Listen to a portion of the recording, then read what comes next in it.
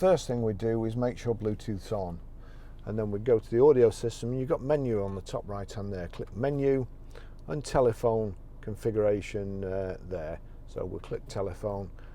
Please pair telephone in BT menu, search. So we're watching out at the bottom, and then we click search.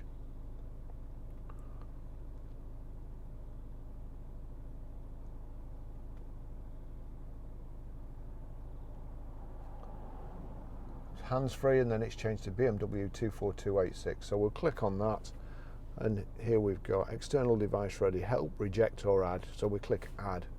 We've now got to put a code in, so I'll go for 0000, and then we have to click OK at the end there. 0000 pair. Allow contacts and favourites to sync. I won't be using the car again, but you would, so you'll be clicking allow and don't allow for me. And it's let's see, it's connected there right at the top, and it's showing connected down here. That's it, easy system, and that's it done.